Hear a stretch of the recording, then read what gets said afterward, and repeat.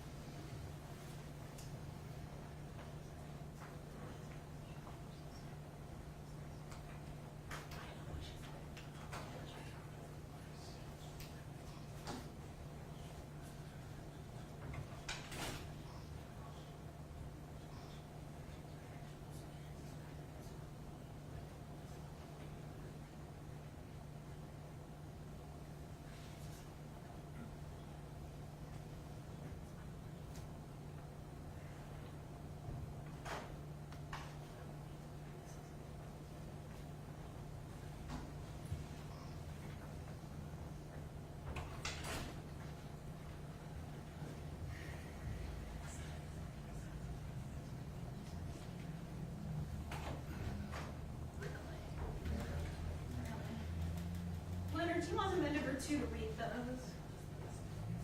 No. Okay. You want to read this?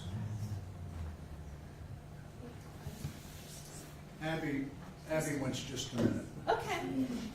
Okay.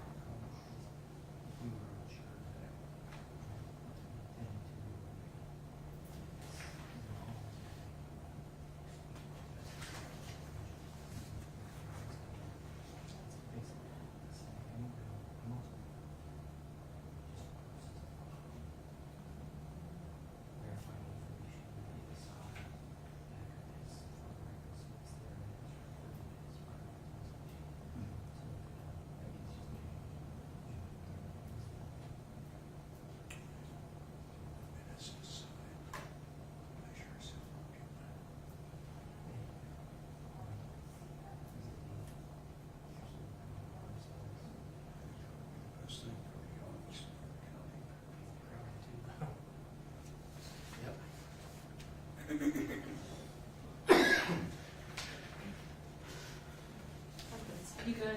Yeah. Okay. She's good, Your Honor. I told Steve that she wants to speak. Let's see.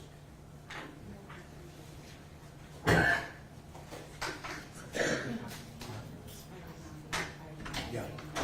All rise. Be seated, please. We are here on case numbers 22 CR 97 and 21 CR 239.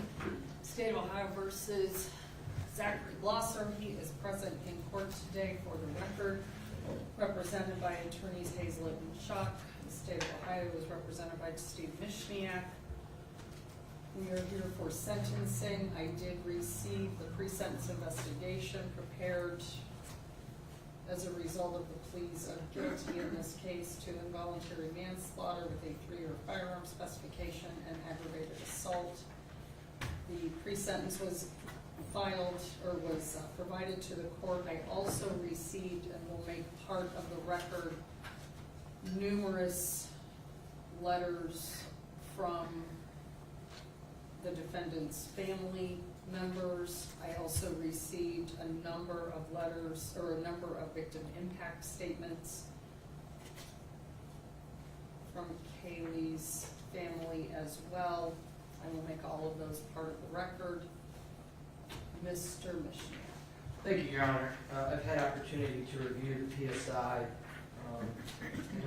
I don't find any inconsistencies or mistakes in it that I would need to note for the record.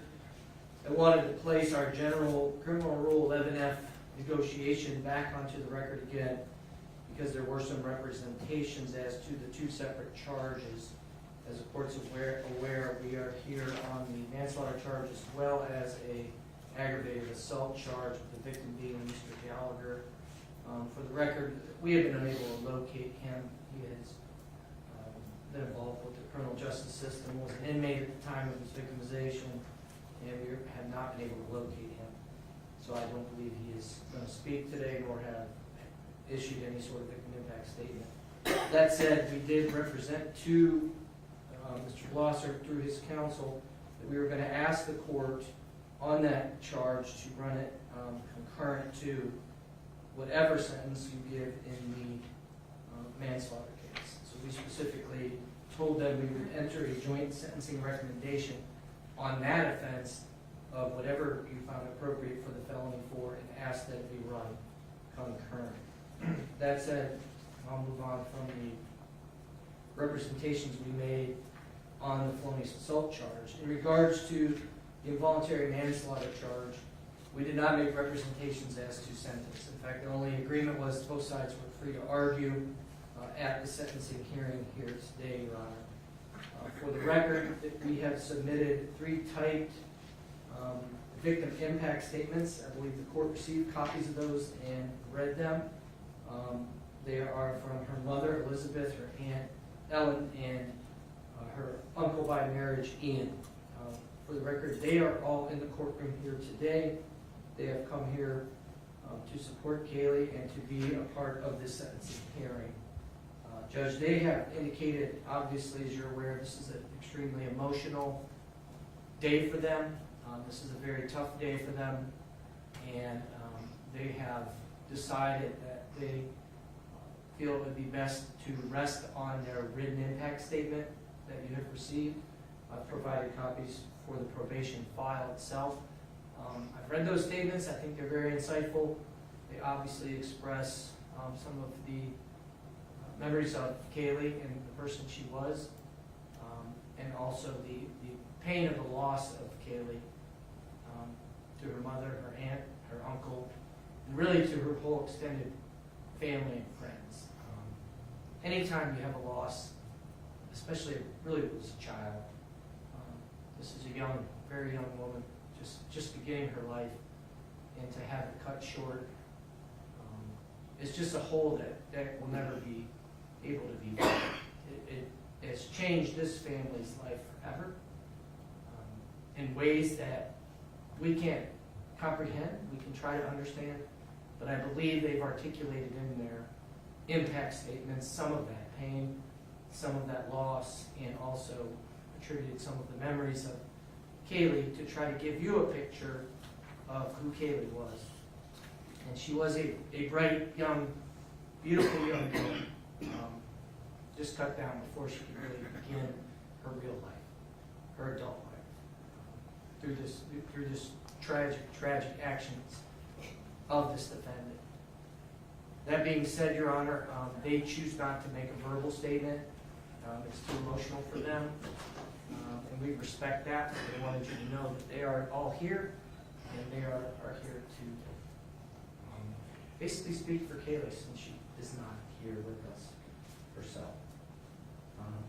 With that, Your Honor, we did work this case diligently. I know that my counterparts across the aisle, who I respect, worked this case extremely hard on behalf of Mr. Blosser. They had strong legal positions. They had strong opinions factually about what they believe occurred.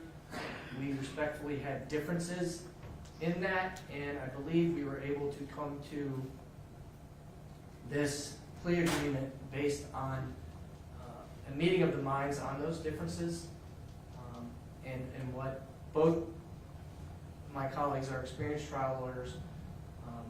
I've done a lot of cases, and myself, and we all determined what we thought was going to be the outcome, and tried to reach that through this plea agreement. I believe we have. I think some of those differences factually still exist about our opinions, but we weren't there.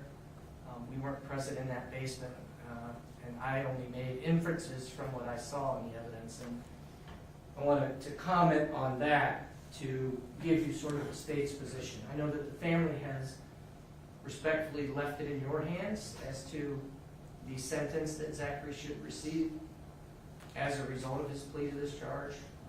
We have, has been my practice, I leave it to the court. I trust the court will hear from both sides and fashion a sentence it finds appropriate. I wanted to just add a few comments about the PSI, and more in particular about Zachary's statement.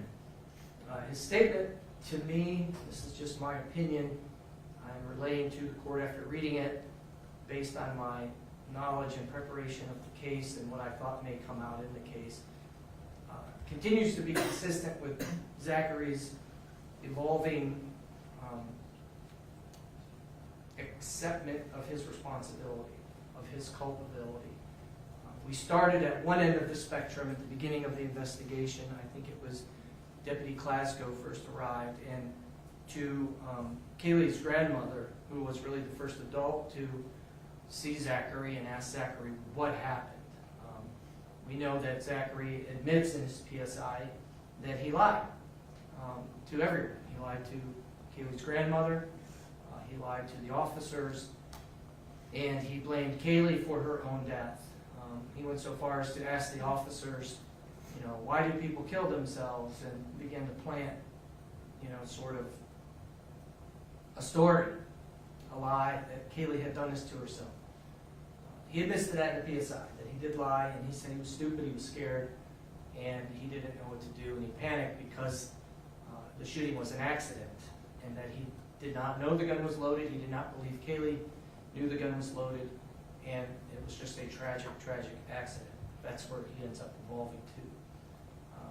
Some of the things I see in his impact statement today, which caused me to believe he is still evolving in telling the whole truth and nothing but the truth about what occurred, is that he again, I think he says in his impact statement, he took the gun from Kaylee and then held the gun, and in some way the gun went off, but he didn't intend to pull the trigger. Maybe she pulled it, I think he said, toward her. But that he indicates they're playing with the guns in the minutes prior to the shooting that day. I will say what he is correct about, and what the evidence would have shown at trial, and what the evidence does show, is that these were two young kids that were, for lack of a better term, playing with firearms frequently. And like most kids nowadays, they have cell phones. They have social media pages such as Snapchat and Instagram and Facebook and all of those things. And it appeared from the evidence we gathered from the phones that that yes, both Kaylee and Zachary, in the weeks and months up to this tragedy, were playing with guns and were photographing themselves doing this. What I learned through preparation in the case was that the gun safe owner had kept a combination written down, and he believed that either Kaylee or Zachary or both found that combination at some point, and he was unaware they had found it, so they had access. Nothing in the case led me to believe that the adult who owned the gun safe or the guns left the safe open to them, or in a way that would have just been carelessly open. It appears that when he would go shooting, he would lock the guns back into the safe, and that these two young people who were living in the basement together were in love, as a part of just having fun, would unlock that safe, take some of the cooler looking guns out, pistols, rifles, AR-15 style rifle, and take pics and videos and snapshots of each other in poses with the guns and kind of trying to be tough and cool and that sort of thing. Zachary relates that the day Kaylee died, it was just another one of those days, and that the gun went off. And the only thing I see in the report that troubles me, that his acceptance is ever evolving, is that he indicates that he was down there playing with the guns for a while with Kaylee. That's not consistent with the evidence that I looked at on this day. I spent a lot of time pointing out, to be fair to Zachary, there are a lot of days they're down there playing with the guns and taking pictures. But on the day she died, her grandmother reported she was upstairs caring for a lot of the younger kids. They were in and out. I believe this was in, the weather was starting to change in early spring, and they were trying to get some time outside. That Zachary was down in the basement alone, which wouldn't be out of the ordinary. That's where they lived and stayed when they lived with the family there. And that Kaylee had gone down to get a ball for the girls to play with outside. I don't know if it was a kickball or just maybe a volleyball or something like that. But she had told her grandmother she was going down to get a ball and she would be back. That some time went by, and that's when she heard the gunshot. And then that's when Zachary began to spin the lie that Kaylee had shot herself. So things right away didn't add up. She's upstairs playing with the kids. She's going to get a ball. Some minutes later, she goes down there with Zachary, and that gun goes off. And therein lies the crux. How did that gun go off? And I don't think we're ever going to know. And I know that my colleagues and I worked the case diligently, and we determined that it would probably, a jury would probably come to the same conclusion. That he was probably guilty of the manslaughter, but not certain as to whether he graduated to a purposeful killing of this young girl. And as I stand here today, I think that's probably what would have happened had we tried the case. And you've worked long enough with me, and I know they have. I take serious the prosecutor's responsibility to try to determine the truth of what occurred, and I was not able to, with 100% confidence, reach a conclusion that I could convince a jury that he purposely murdered Kaylee that day. But I could easily show that he had this rifle in his hands, he took it out of that safe, and he pulled that trigger, which resulted in her literally taking a bullet in the mouth and out the back of her skull, instantly ending her life. What troubles me is, as I prepped for this case, and I've shared this with the defense, in the moments before she dies, when you go off the timestamp on his phone, it is not Kaylee holding the gun, it's not the videos of Kaylee holding the gun, it's not him and Kaylee playing with the guns. It corroborated for me what Grandma told me, which was Kaylee's outside playing with the girls, goes down to get a ball. Because there's a video that Zachary took of himself playing with the guns, but he's alone. And he is in the safe. He actually sets the phone up kind of like this in the safe. He stands it and then he reaches into the safe. It's probably a little wider than this podium, and he pulls that rifle out, and then he grabs his own camera, and he's pointing the gun down like this, with the barrel, the muzzle, right at the lens of the camera. And then he looks at it, and he puts it back towards the safe, and then he grabs his phone, and the phone goes off. I shared that with the family, and I talked to the family about that video, and that video is what most troubled me. I couldn't explain that video. The timestamp on it, I believe, was somewhere between, and I apologize, I don't have the exact minutes, I had it ready for trial, but it escapes my mind, somewhere between 14 minutes and maybe 21 minutes before the 911 call goes out. And so I found that inconsistency in Zachary's statement. His statement before you today in the PSI seems to show, and to be fair to Zach, that it's just another day of him and Kaylee playing with the guns. But the video evidence that Zach shot that day shows it's him playing with the guns. So that still doesn't answer the question, did he purposely do it or was it an accident? But I just wanted to point out that I think Zachary's acceptance of what occurred that day is ever evolving, and he still has that knee-jerk reflex to want to place some of the blame back onto the victim. And it bothered me that he wrote in there, I took the gun from Kaylee. That may have happened. I can't sit here and tell you that isn't what happened. Zachary was there, I wasn't.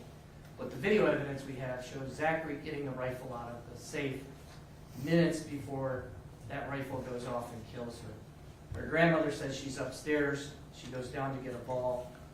Now, to be fair to him, I can't say that she didn't go down in those final minutes and play with the guns with him. Maybe what he's telling you is true. But what bothers me most is he doesn't mention what's on the video. I went down and I grabbed the rifle. I filmed myself with the rifle. I stuck my phone out and I pointed the muzzle at my phone, and I filmed myself in like a cool pose, kind of looking at the gun. My most trouble with that video was that it appeared he wanted to film what it looked like to have the gun, the muzzle, right up close. And that was an argument I was going to make to the jury, which was, his intent was to film and to mimic and to model what he was about to do 15 or 20 minutes later. That is conjecture on my part. That is an inference I would have had to have the jury make. But it troubles me most at the sentencing hearing, because we are not retrying this case. We reached this agreement.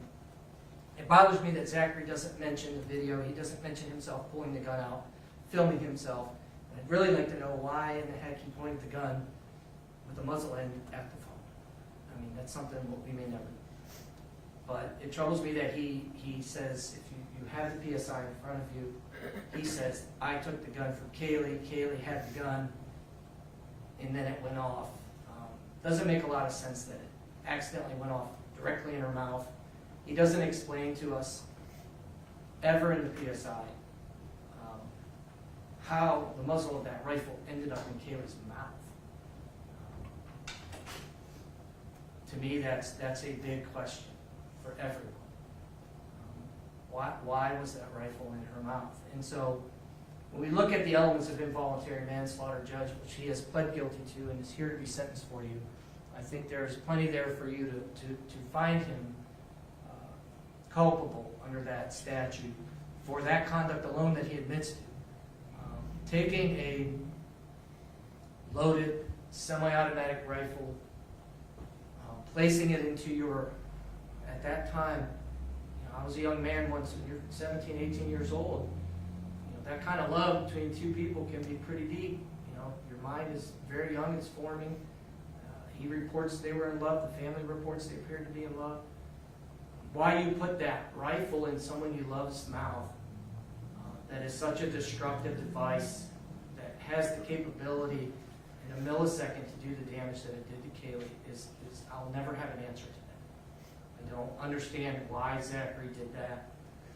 And I don't understand to this day why he hasn't given an explanation for why he did that. But what I will say is all of the evidence shows he did do that at a minimum. and that he did pull that trigger, and obviously Kaylee lost her life.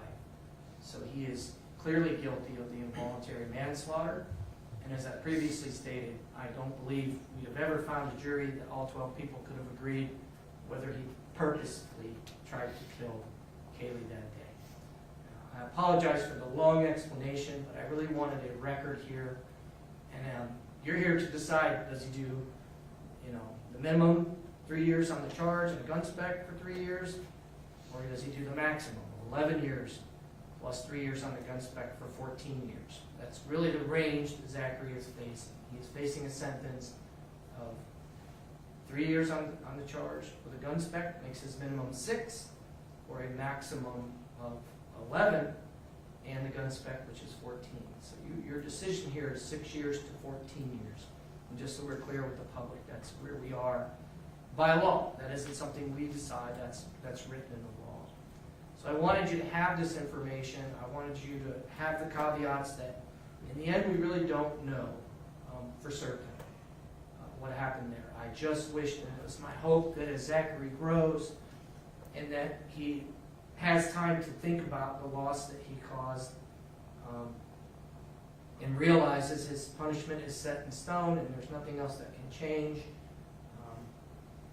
that he finishes his evolution and tells us the truth about why that gun was in her mouth, who got it out of the safe that day, and how this really occurred down in that basement.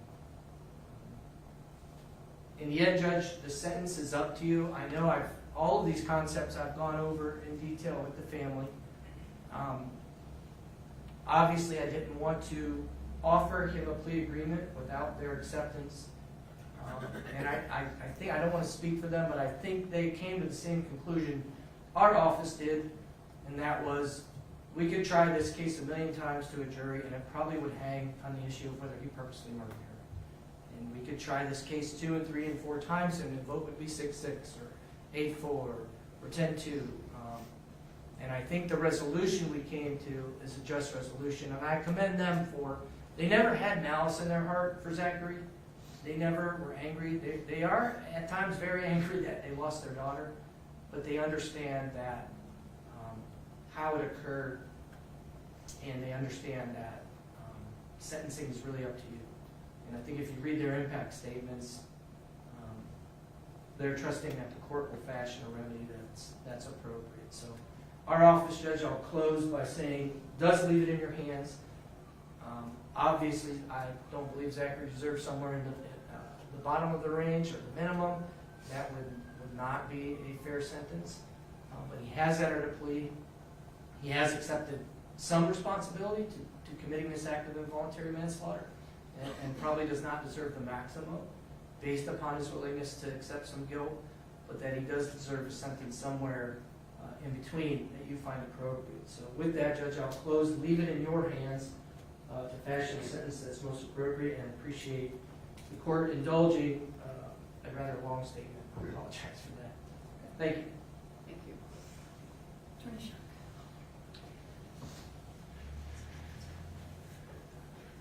It's up to you. We'll go to the podium again.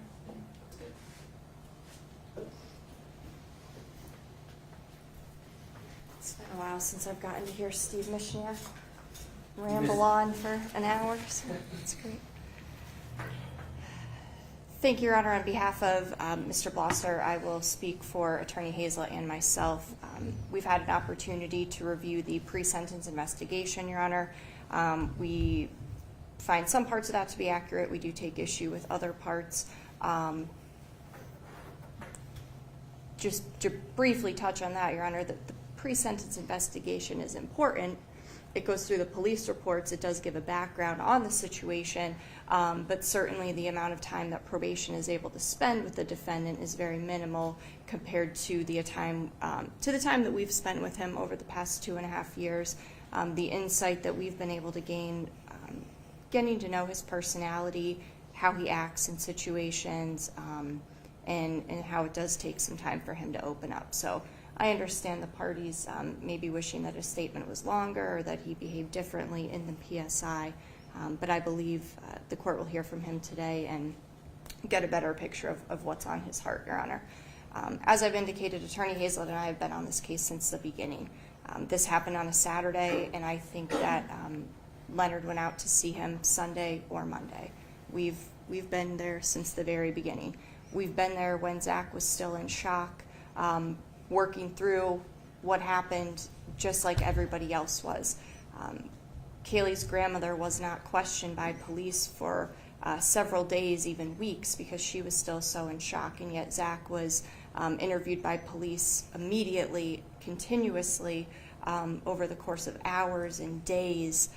So certainly that was very difficult for him, but as we noted, he did cooperate as best as he could, but he was still working through that, Your Honor, and he still works through it today.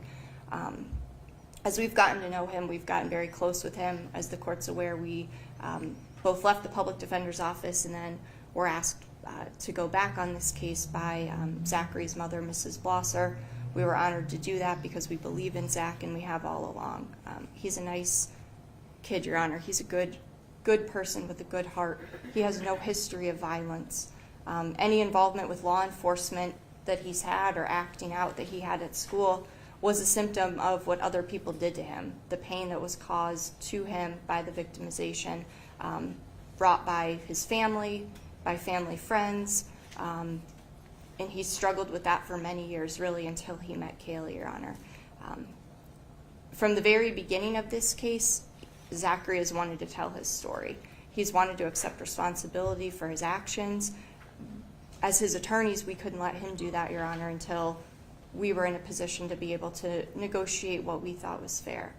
When we received an offer from the state that we felt more accurately aligned with what happened that day, based on all the evidence we reviewed, some of it that took years to receive, once we received everything and we brought that plea offer to Zachary, he was relieved to finally get to share his story, to accept responsibility, and to share his apology with Kaylee's family. This is a tragedy, Your Honor. Kaylee was someone Zach loved so deeply. The pain suffered by her family is hard to even comprehend, and from what we've learned of her, she was a beautiful person. We cannot go back, we can only go forward, and in doing so, we ask you to take the entire picture into account, Your Honor. Zachary's age, his nonviolent history, his insight into this offense, more of which you'll hear from him today, Your Honor, his actions after the offense, and his willingness to cooperate. Within 4 hours, he went from eating pizza with his girlfriend and her family to being arrested and charged with murder. We submitted to the court an extensive sentencing memorandum, Your Honor, in that I believe we did address some of the factors Mr. Mishniak brought up, including the safe, how they had access to the safe, how it was a key and combination safe, Your Honor, that there were text messages exchanged between Zachary and the gun owner indicating that Zach did have possession of the firearms and the gun owner knew that, Your Honor. We're not here to try the case. Frankly, I wasn't expecting to get into the details as much. Our client's accepted responsibility, and that's what we're here for. He's shown great remorse and a willingness to use this tragedy to grow into the best man he can be. In sentencing, Your Honor, we'd ask you to take the principles and purposes outlined in the Ohio Revised Code into account. Consider the need to punish Zach, paired with the fact that he's already served 2.5 years, and he will live with this every day for the rest of his life. Consider the unique ability he has for rehabilitation. He's young. He does not have a history of conduct like this. He shows great insight and reflection into his actions. He has a loving and supportive family. Please consider the deterrent factors to others. I hope everyone who hears about this case learns a valuable lesson. Kids and guns don't mix. For weeks, these two goofed off with these guns in that basement, Your Honor. Weeks. If the outcome of this case isn't a deterrent to others, I don't know what would be. Please take all of these factors into consideration and craft a sentence that will punish Zachary, protect the community, and deter future conduct without unduly burdening society. We believe a sentence of 4 years to be run consecutive to the 3-year mandatory gun specification would accomplish these goals without that undue burden on society. Importantly, it would allow this court the option of judicial release so he could be under the court's control. Knowing he would be released into a stable framework with intensive supervision by the adult probation department would make all the difference in the world. He will need to be reintegrated into society. He was so young when this happened. He's still young, Your Honor. The years he served in prison certainly will be formative. However, if given that opportunity or the possibility for that opportunity, we believe it would motivate him and ensure his success when he's released to be a successful member of society. Please consider his words that he wishes to share with the court, his own message, and sentence him to a sentence the court feels is appropriate. In conclusion, we would ask that you consider crediting the 2.5 years he served towards that gun specification, Your Honor. And I'd like you to hear from my client at this time. Thank you. Mr. Blosser, you may proceed. Take your time. Your Honor, I would like to start with I respect how this case has been handled. Through all of this, it was hard to get my half of the story out. A lot of the truth was hidden, and it took a while to find it. And you granted a lot of motions that helped us get to that conclusion, and I thank you.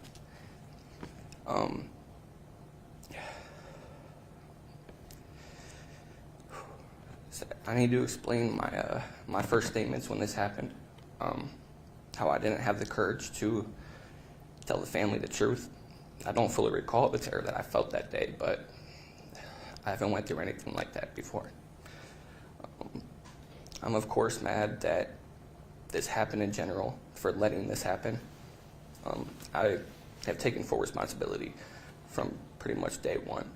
I never acted like I didn't make a huge mistake, which I did.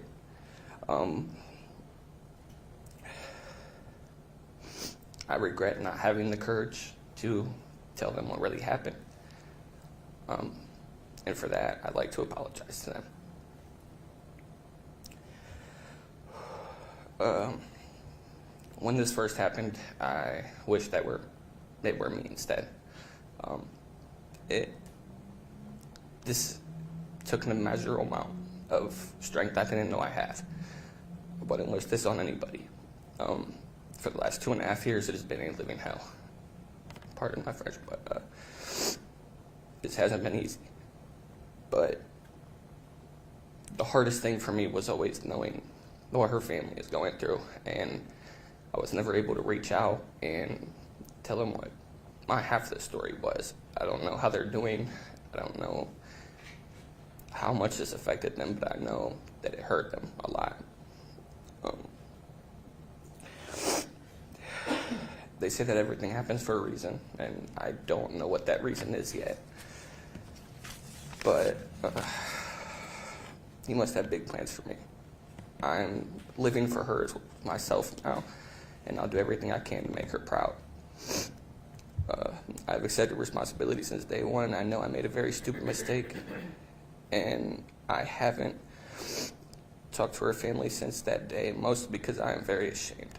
I haven't been able to look at them without almost breaking down, and I never knew that humility makes you sick to your stomach.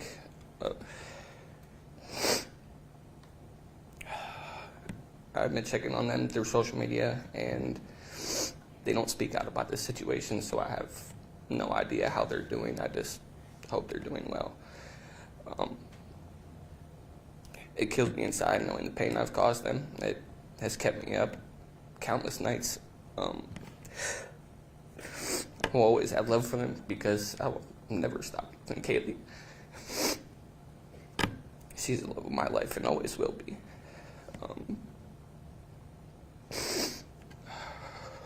I will have to live with the guilt for this for the rest of my life. It will never leave my conscience. I am still very angry at myself for the fact that I'm responsible for her death. She was the most amazing person I ever knew, and I never knew love until I met her. We were best friends, and we knew everything about each other. I knew she was the one. That year, I actually planned on proposing, and that was going to be on my mother's birthday. Well, on her birthday, and I was going to let my mom know on hers. Kaylee's was the 26th, my mom's was the 27th. I can't fully explain why we were playing with the guns. It was foolish. It was childish, and I wish there was a way I could take it back. if there was any way, I would do anything to hold her one more time. I feel the pain in my chest anytime I think of her, and I don't think that hurt will ever fade. We'll live a life sentence with that pain and guilt, and I deserve it. I cause an immeasurable amount of pain to a lot of people, and I think about them every night. And no matter what, I know I'll never forgive myself, and I know that I will spend the rest of my life trying to help anyone I can and maybe get penance.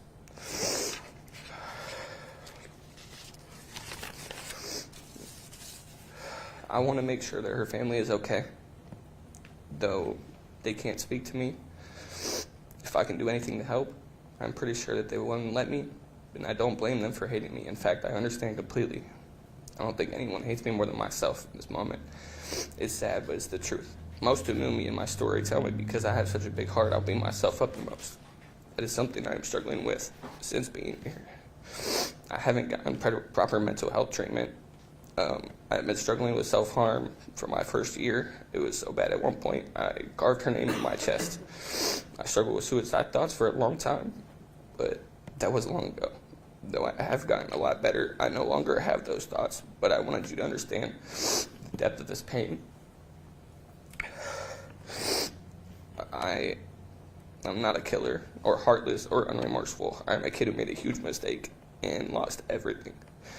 I haven't let that change my heart. I have been through a lot, but I can't change that this has happened, no matter how many nights I spend crying, praying, and hoping. God wanted me to continue living, and I'll be the best man I can be. I want to take advantage of the opportunities I will have, starting with my GED and hopefully some trades and a college degree.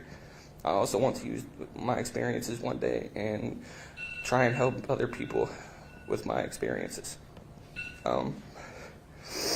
I want to change as many lives for the better as I can with my story. I've always wanted to be a counselor, and I'll have a psychology degree one day. I want to one day be able to look at myself in the mirror and see whatever it was that Kaylee had seen in me. While going through this struggle, I found that I am capable of being an artist, and I will make her proud one day if I can have the chance. I know I can be great. I'm just waiting for the opportunity. That's everything, Your Honor.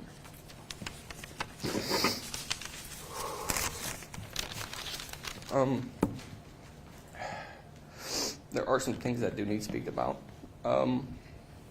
I don't really understand why we were playing with the guns, but I want to further explain what happened that day. We had been doing this for a long time, and it is obviously the stupidest thing I've ever done. After it happened, I was scared. I shouldn't have said that it was her, and that kills me. But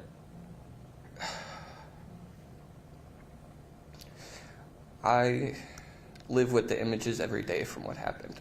I was as close and personal as it could get trying to give CPR, and that haunts me at night, every night. I want them to understand that this is not something that hasn't greatly affected me. I'm not a bad person. I don't think anybody I know would say that. I would like to tell them I'm sorry. Truly, I can't do anything to take it back. I would if I could. But if they'll let me, I would like to one day know if they're doing okay. And that's all for it.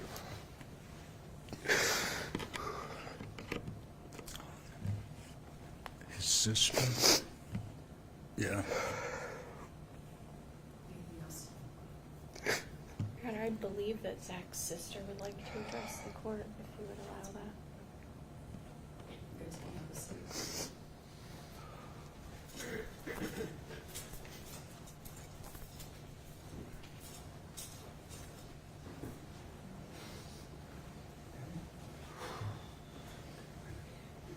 Coming up, Pam, you have to state your name, if I can spell your last name, please.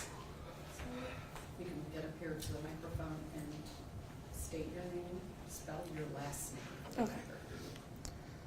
Hello, my name is Brittany Grant. My last name is spelled Grant. I am Zach's sister. I am his only sister to have grown up with him in the house. I know a lot of people here have known Zach not a short amount of time, but I've known him his whole life.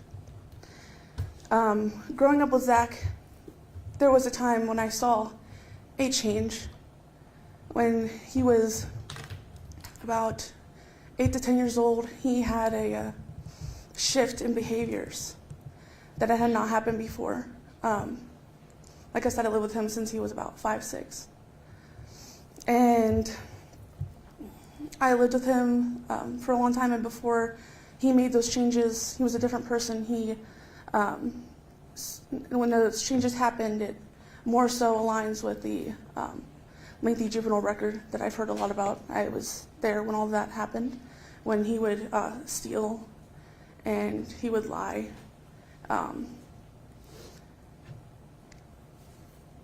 We do not know what happened to have changed that behavior, to have created that behavior.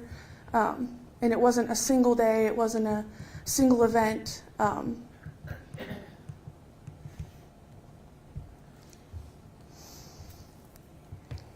But I grew up knowing all the things that have been talked about over the years with Zach. I was there when he would steal or he would lie. He's even stolen money from my mom and myself. And something that is common with those kind of actions that Zach would take is that he would run. At every opportunity, anytime he could, he would run. And he would laugh about it later.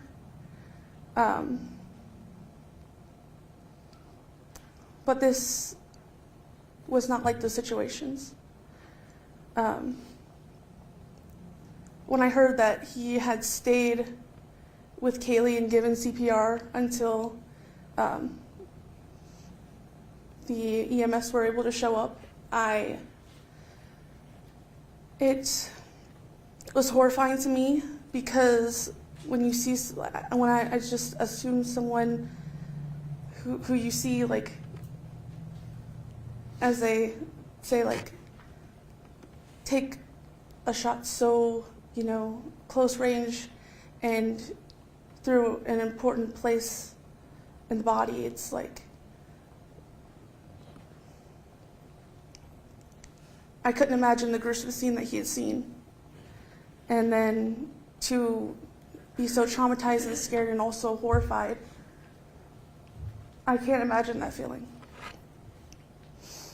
But I also want to bring light that I got to know Kaylee and Zach as a couple also. They would get into arguments like any other couple, but they would get so upset that one or the other would just leave the room.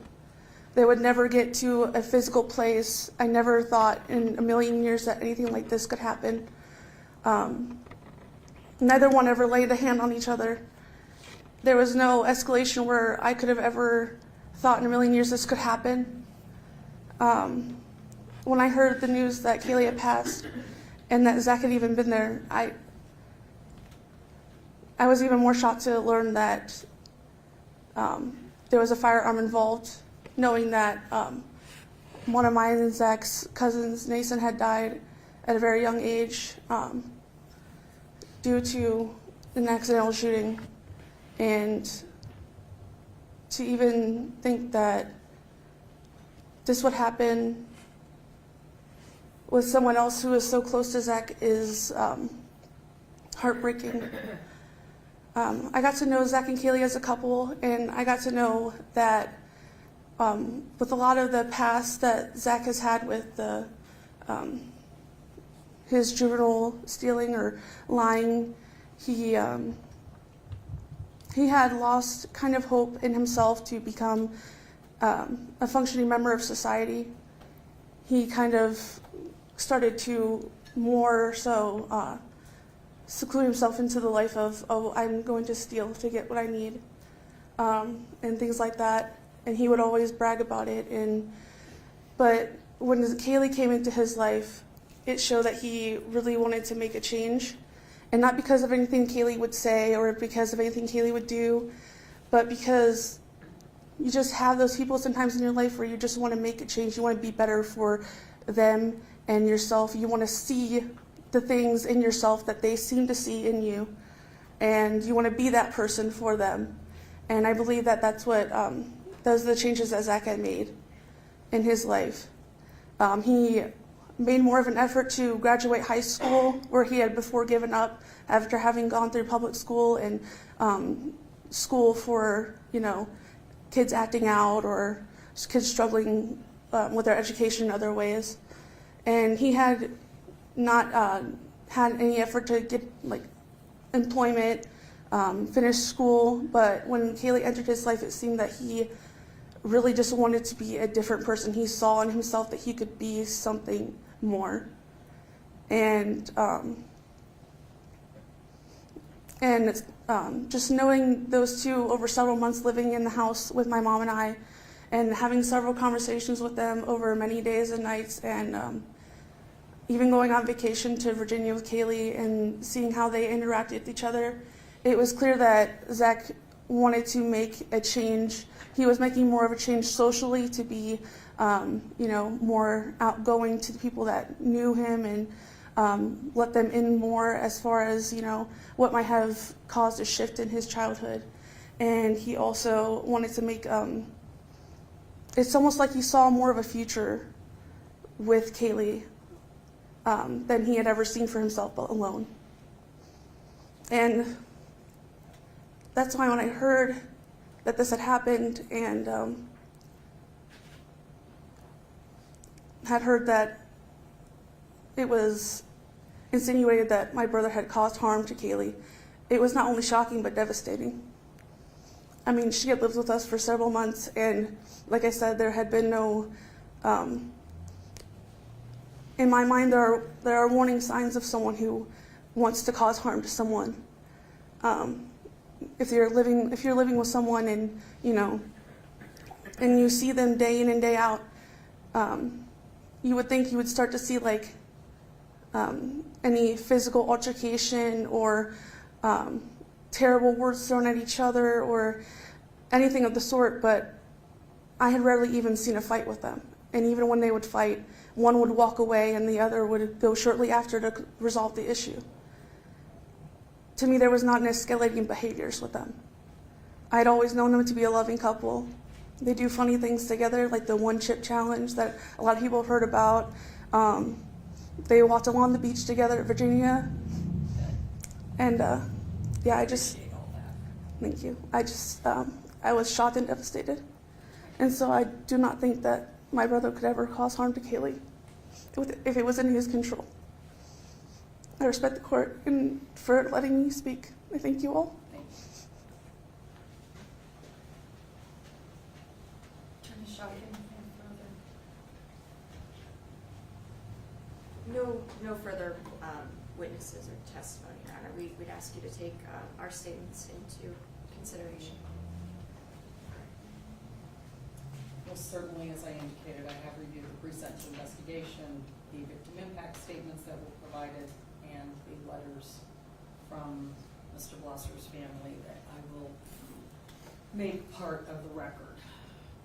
I do want to, again, make reference to the pre-sentence investigation. Mr. Blosser does have a juvenile record, domestic violence in 2015, or 2016, a domestic violence that was amended in 2015, unruly in 2017, prohibitions in 2017, criminal trespass 2017 and 18, criminal damaging in 2019, 2020 theft, 2020 burglary, felony of the second degree, vandalism in 2020 as well, and then of course this offense. I reviewed the sentencing memorandum provided by the defense, and much of that discusses the fact that Zach didn't run physically from this situation, but he did run, in my opinion, metaphorically. He tried to escape responsibility by lying. I can certainly understand being fearful about the future when something like this occurs. But his lies were and still are concerning to me, in that he only would provide even a partial truth when pushed. His first statements were that Kaylee committed suicide, that he was upstairs, he heard the shots. It then morphed into he was there, but there was no magazine in the gun, and that Kaylee grabbed the end of the barrel, put it in her mouth, and pushed his finger on the trigger, causing the firearm to discharge. And these are all Zach's words. He then indicated that Kaylee didn't commit suicide, that they had been arguing all day just about stupid shit, and I'm quoting him. I told her I wasn't going to keep sitting here and kept not paying attention to me and brushing me off and treating me like I wasn't important.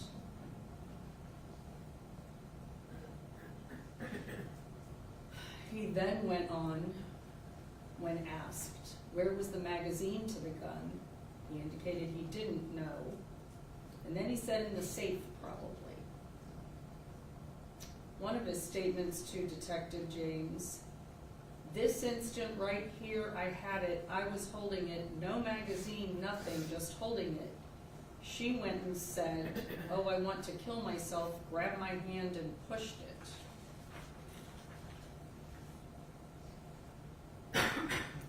When Detective James confronted him with the gunshot residue potential,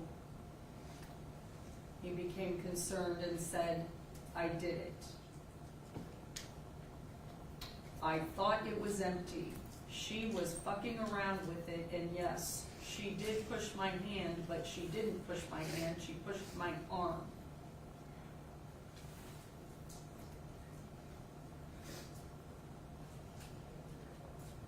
He then went on at one point claiming that she was joking about killing herself. Zachary said that he was also joking when he pulled the trigger, assuming it was empty. He then finally admits that he did insert the magazine into the firearm, but believed it was empty. I think the most disturbing thing to me in this information that's been provided to me through the pre-sentence investigation is that after Kaylee was shot and injured so severely, although Zach talks about giving her CPR, the first thing he did was take the magazine out of the gun and put it back in the safe, and then put the gun back. By his admission, that is what he did. That is an action of someone who, yes, is scared, but is making every effort to cover this up. This is a young man who unfortunately was very familiar with firearms, knew how to handle them.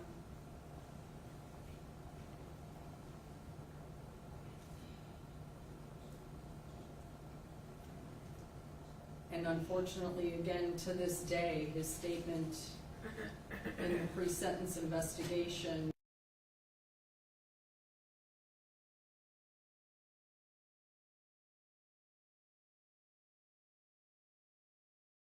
she pulled the gun barrel to her mouth and the firearm discharged. The lawyers and myself all know that firearms don't just discharge. The trigger is pulled. Whether you thought there was a round in that firearm or not, you pulled that trigger. And it breaks my heart that you've devastated not only your own life,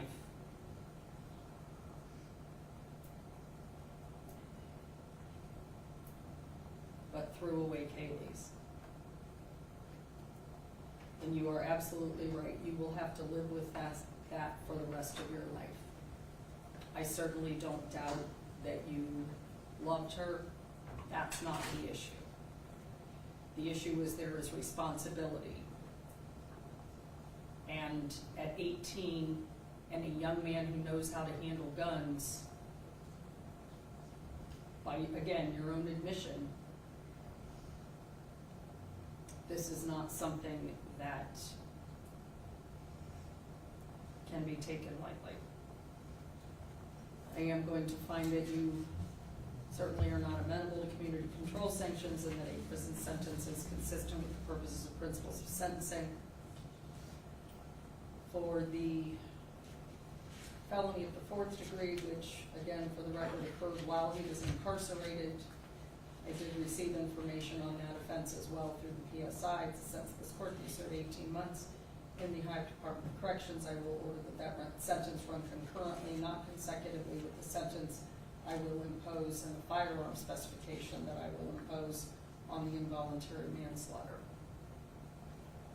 As I explained to you at your plea regarding the felony of the 1st degree involuntary manslaughter, because this falls under the Reagan-Tokes Act, I must impose a minimum sentence and a maximum sentence. I am imposing for the involuntary manslaughter a minimum of 9 years in the Ohio Department of Corrections.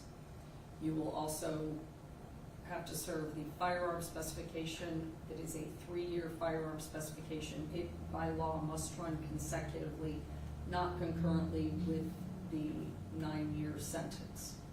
I will tell you, however, that in regards to the indefinite portion of the Reagan-Tokes sentence, I will arrive at the maximum sentence, or the indefinite portion, by taking half of that 9-year sentence, which is 4.5 years, adding it to the 9 years, which makes a 13.5-year maximum sentence.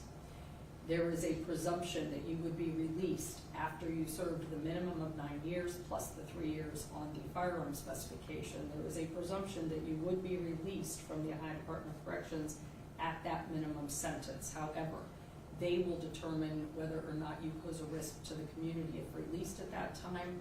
They will consider things such as your behavior while you're in the institution, if you get into any trouble, and what your behavior consists of. They will consider whether or not you take part in any programming or education while you are in the institution, and they will consider your security classification while you are in the institution. All of those things will determine whether or not the Ohio Department of Corrections releases you at that minimum sentence.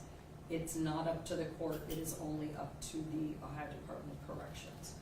So the minimum sentence, again, for the involuntary manslaughter is 9 years. That would make the maximum sentence a 13.5-year sentence.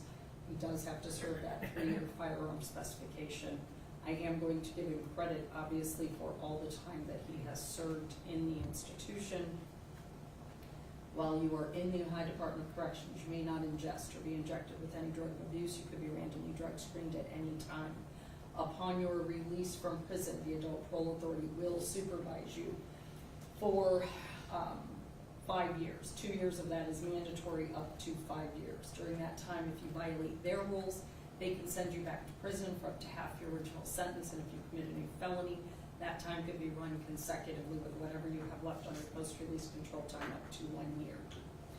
From my sentence, you have a right to appeal within 30 days of my sentencing entry. If you can't afford an attorney, one would be appointed for you. If you can't afford the documents, they would be provided to you without cost.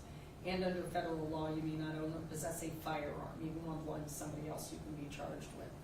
I am not imposing any kind of fine. I will impose court costs And you may perform community work service while you are in prison to satisfy those court costs at $10 an hour. The court costs are $1,855, but again, I'm not imposing any kind of restitution or a fine. A life was lost here, Mr. Blosser, and while I appreciate that you have taken responsibility by entering this plea of guilty to the amended charge of involuntary manslaughter and firearm specification, I can only hope that you can come to terms with what happened. And based upon your various statements throughout the last couple years that since this incident occurred, you're the only one who knows exactly what happened and why Kaylee had that firearm in the location that she did, and why you pulled the trigger. I want to thank the family for giving me a little insight into Kaylee through your victim impact statements. Unfortunately, she's certainly present in this case, but the court doesn't get to know a lot about it. So I appreciate you giving me that information, as difficult as it was.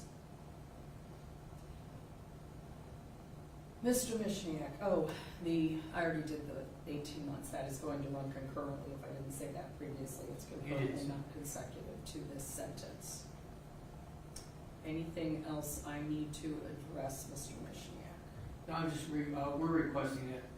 The family wants to see her phone back. I just wonder if the court would entertain an order allowing us to return Haley's phone to her. Who physically has it? I believe it's in evidence with the sheriff's department. They can certainly have it back. I'm assuming it's been Yes, processed and analyzed. yeah, we did phone up on it. Okay. If you give me an order specifying exactly which phone it is, I will sign it and release it. Anything further, Attorney Shaw or Attorney Haslett? Your Honor, just for the record, we would object to the Reagan-Tokes provision at this time. And you're aware that it's been upheld in the Supreme Court. It's been found to be constitutional. I had my concerns for years as well, but that case came out just a few weeks ago and it's been determined to be constitutional. I totally understand your objection, but I don't know that it can go anywhere, so. Sorry, nothing further. Okay. Note all objections previously filed since the Absolutely. beginning of this case, Your Honor, for the record. Certainly. All right, thank you. Thank you, Your Honor. All rise.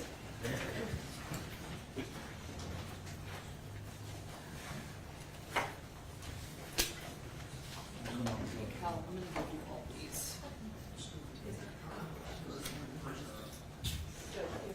Do you mind if I hold on to it?